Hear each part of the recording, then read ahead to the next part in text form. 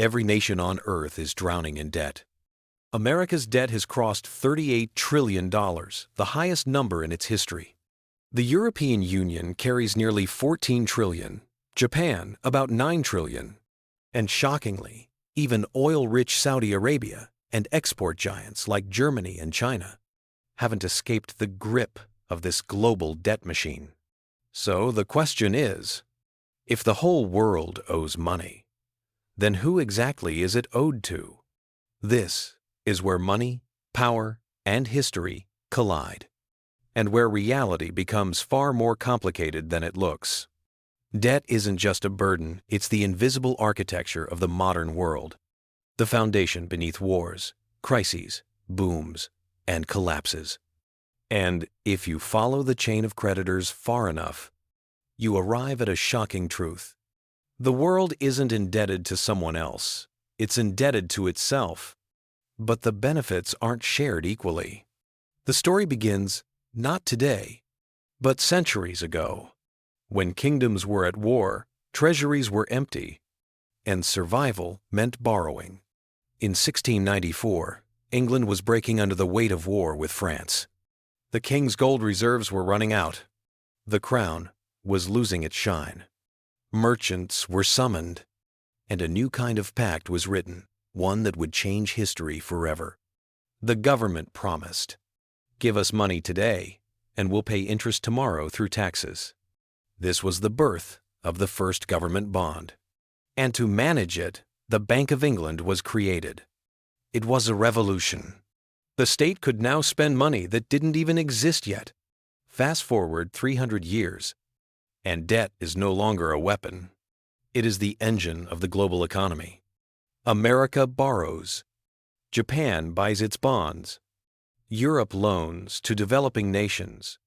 And those same nations invest their reserves back into Western bonds. It's a global loop of promises, interest, and trust. Like every player at a poker table, borrowing chips from the player next to them, the game continues. As long as nobody dares to stand up, and the real king of this game isn't China, or America, or the IMF. The true power lies with the markets, the forces that decide which countries live and which collapse.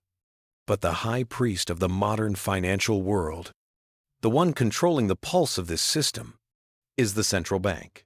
They don't just manage debt, they create it. Because in today's world, a harsh truth hides beneath the surface. Money itself is made out of debt. Every dollar, every digital entry, every coin, carries an invisible IOU. And governments? They don't repay their debt. They roll it over. They borrow new money to replace the old, paying interest, not principal. And here's the real truth. America will never pay off its $38 trillion. Japan won't. No country will. Because if they did, the global economy would crumble.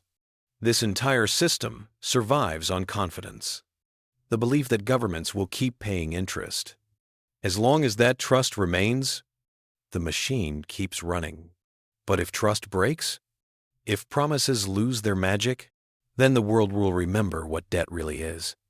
A promise that can't be kept forever. If this new version gave you a fresh perspective, then that's what history is meant to do. To show us the world behind the curtain. But here's the paradox of debt.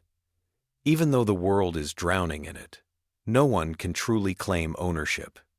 Every bond, every loan, every dollar circulating in the global system is part of the same invisible web. We owe each other, yet no one truly wins. And yet, the consequences are real. When confidence falters, the illusion shatters. Nations collapse, currencies crash, and ordinary people pay the price while the elite watch from the sidelines. Debt is not just a number on a ledger, it is a transfer of power. Look closer, and you'll see how it shapes inequality. Interest payments flow upward from taxpayers to institutions, from workers to investors. The system rewards those who own debt and punishes those who merely pay it. It is the quiet engine behind global wealth concentration, silently shaping societies without anyone realizing it.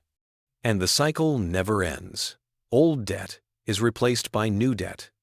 Governments issue bonds, investors buy them, central banks stabilize them, and the world keeps moving forward on faith alone.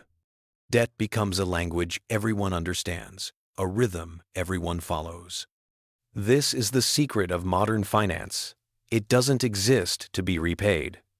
It exists to keep the world moving, to maintain trust, to create stability in a chaotic system. Debt is not bondage anymore. It is the invisible heartbeat of the global economy. And as long as we believe, the game goes on indefinitely. The question is not whether we can repay it, but whether we can keep believing in it. And yet, in this endless dance of promises, the weight of debt touches every life. It shapes dreams, steals opportunities, and whispers silently in every home. The rich grow stronger, the poor struggle harder, and the world moves forward, bound by invisible chains of trust.